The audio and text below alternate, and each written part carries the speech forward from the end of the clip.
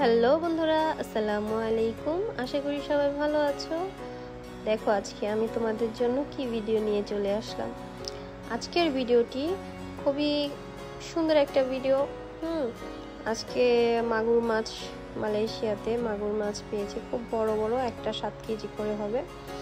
তো আমাদের দোকানে এগুলো কি বলে, পুকুর থেকে ধরে বা ঝিল থেকে ধরে নিয়ে আসছিল বিক্রি করার জন্য। তো আমরা রেখে দিয়েছি, প্রায় 60টার মতো মাগুর মাছ আমরা রেখেছি।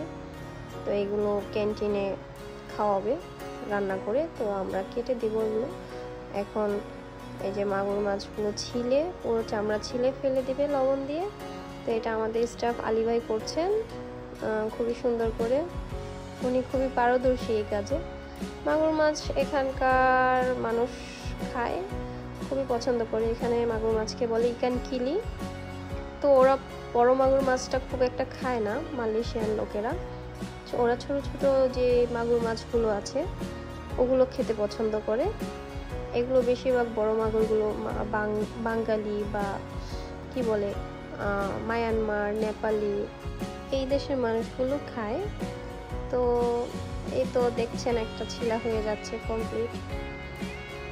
আমি মাগুর মাছ খাই না বললে চলে, কিন্তু আমাদের দেশি যে সিজনাল একটা মাগুর মাছ পাওয়া যায়, যেটাকে বলা হয় যে গড় বা নদীর মতো একটা ছোট পুকুর যে আছে, ওগুলা যখন কি বলে ওইটাকে, আপনাদের ভাষায় জানি না আমি, আমরা বলি যে পুকুর বা বলে গড় হ্যাসে।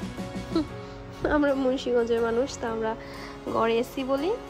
তো গড় আসলে তখন দেখা যায় এই মাছগুলো খুব স্বাদ লাগে, ভালো লাগে। তখনকার মাগুর মাছটা আমি খাই। এই তো এটা কেটে আরেকটা ধরেছে, এরকম 7টা মাগুর মাছ সে কেটেছে। তো আরেকদিন আমি পুরো আমাদের যে দোকান আছে এই দোকানটা পুরো দেখাবো। আমার ভিডিওটা যদি ভালো লাগে তাহলে অবশ্যই লাইক, কমেন্টস এবং সাবস্ক্রাইব করতে ভুলবেন না। আল্লাহ হাফেজ।